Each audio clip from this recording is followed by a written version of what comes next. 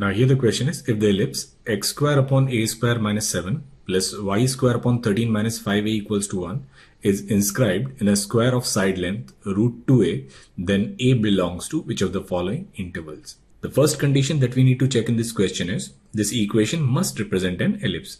This equation will represent an ellipse when both a square and b square, they are positive.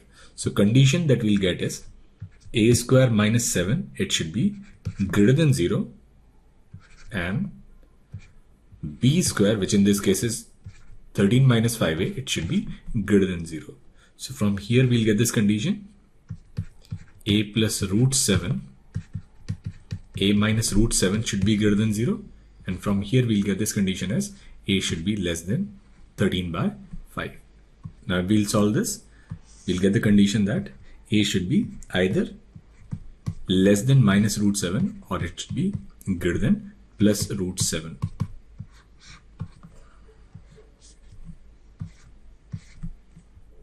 So now we'll need to take intersection of these two conditions. So we'll plot the second condition on the same number line. So this is 13 by 5. So the interval which is common to both is this one. So from here we'll get this condition as this value of a should be less than minus root 7. Now in the question it says this ellipse is inscribed in a square of side length root 2a. So we have this ellipse, and this ellipse is inscribed in a square of side length 2a.